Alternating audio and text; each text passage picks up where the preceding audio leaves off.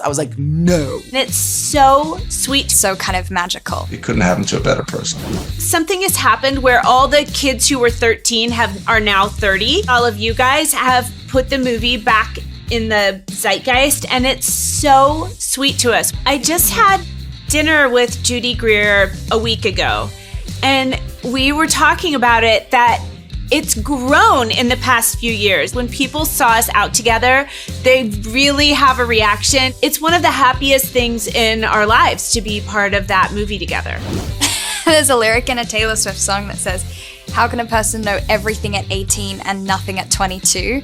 And I'm 22 now, and I remember being 18 and feeling like I knew absolutely everything. And there's something about growing up where you realize how much you don't know. There's something about that almost blind confidence and reckless certainty in life that I think is so kind of magical about being a teenager. I was a pretty odd kid, and I was a little bit of like a loner and a nerd until like full on into my like late high school years. Being an outsider made me who I am as an adult. I was kind of just like a really tall, really awkward kid. The strange kids make the coolest, most iconoclastic adults. While I don't know that I would go back and do it again, I'm really happy that that was what my childhood was like, because it made me self-reliant and curious. All the things that were weird to be passionate about when I was a kid are now super cool, so. Everything becomes more romanticized in hindsight, right? There was so much anxiety and so much worry about the girls. Remember when you were 25 and you knew everything?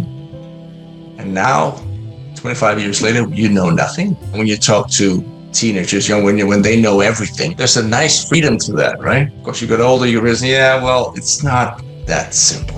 Anything with Gwendoline. Yes, absolutely. She's the best. So if you find us something, please let us know. She's just fantastic. I've seen quite a few scenes with her from it, and she's hilarious. She's just a very good actor and smart and incredible. I couldn't be more thrilled that she's getting so much success now.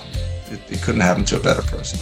I feel like I've lived two high school experiences. One is my real Australian one, and then the other one has been the American high school experience in movies, which is very fun. I've had to learn about homecoming, spring fling, all the different dances and proms. I've had to learn about all the tests and the SATs and the cafeteria, and that you don't get to choose what you eat every day. It's just there for you.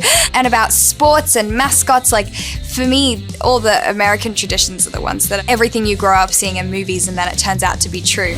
I saw the opening sequence and it was just weird because it was the same music. It was kind of the same title sequence. I was like, I'm gonna give them a couple of years and then I can binge watch the whole thing. I know that, from friends, they love it, and, it had a lot of fans. So I'm happy for them that they get to experience that world.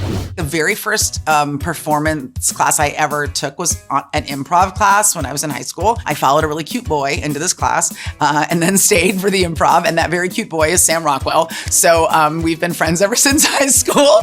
So he was the guy that got me into acting. Being on Whose Line is just reminded me about the joys of kind of being creatively free, just being in the moment, kind of saying what's on the top of your head. I'm working with three of the greatest improvisers on the planet on that show in Ryan, Colin, and Wayne. And it maybe just reminds me of the joy of comedy. It's a really joyful show to make. I laugh so much that when I first started, they were like, could you laugh a little bit less? I was like, no.